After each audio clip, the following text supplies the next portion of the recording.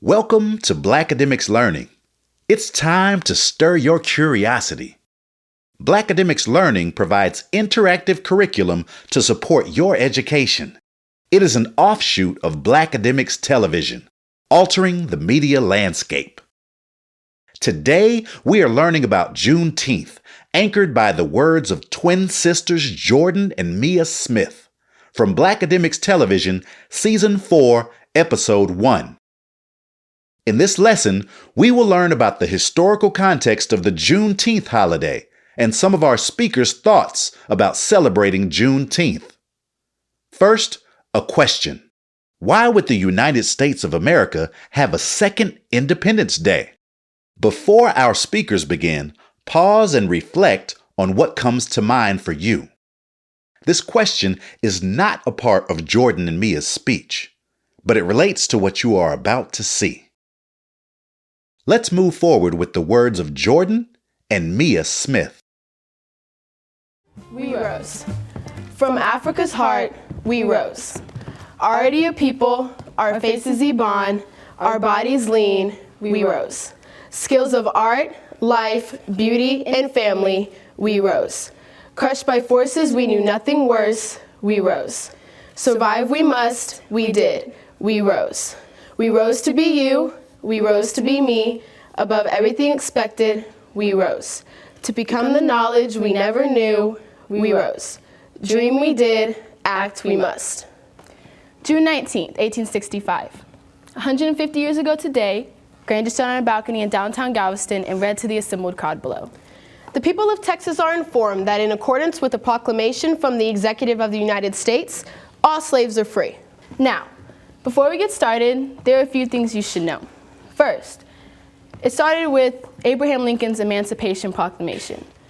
Abraham Lincoln made slavery illegal with his Emancipation Proclamation September 22, 1862, which became federal law January 1, 1863. Texas was so far from any military engagement during the Civil War that it was still considered to be frontier land. Because of this, Texas slave owners ignored the Emancipation Proclamation. Any slaves that could escape were able to enjoy their newly promised freedom. Second, Union General Granger declared all slaves to be free in Texas. On June 18th, he arrived on Galveston Island, Texas with 2,000 Union troops.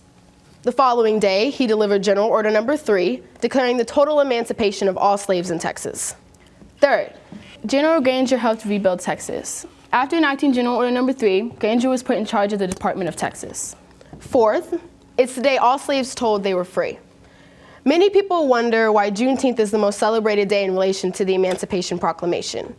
We have so many other viable dates, like September 22nd, 1862, the Emancipation Proclamation was delivered. January 1st, 1863, Emancipation Proclamation carried out.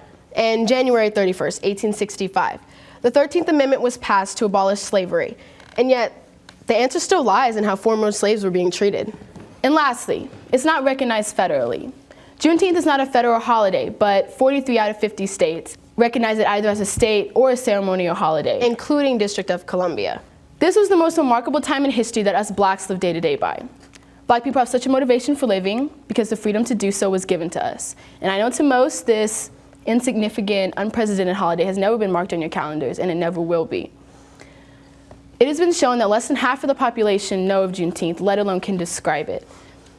Society has this image of what Juneteenth is supposed to look like, but how many really know the true meaning? It's not about the food, the parties, and the festivals.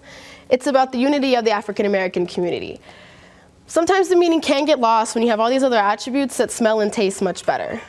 I'm not saying that the Rhythm and Ribs Festival at the Lakeview Pavilion isn't great, but they aren't really offering any educational activities. For African American citizens, we should be thankful for our freedom.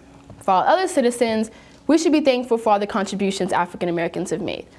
Not to say that us blacks were the only ones making contributions to society's growth. However, we played a huge role. It's hard for us to accept the truth about this because we've already been blinded by misrepresentation. Now let's process that piece of Jordan and Mia's presentation. Given that the Emancipation Proclamation was issued in 1863, why was it necessary to have a Juneteenth decree 2 years later? What conditions allowed Texas to ignore the document that outlawed slavery? Think and write about these two questions to process your thoughts and discuss them with other learners. Feel free to use the vocabulary list included in the description below this video. You can also rewind and review Jordan and Mia's words as much as you need to. Even though President Abraham Lincoln used the 1863 Emancipation Proclamation to outlaw African slavery in southern areas that were not under government control, it was still necessary to declare slavery illegal in Texas 2 years later because it had not ended yet. Neither the president nor his Union Army had control way out on the west side of the South. Texas was able to ignore the document outlawing slavery for more than 2 years because Texas was still considered far out frontier land. As a result, there were no Northern troops around to enforce legal emancipation.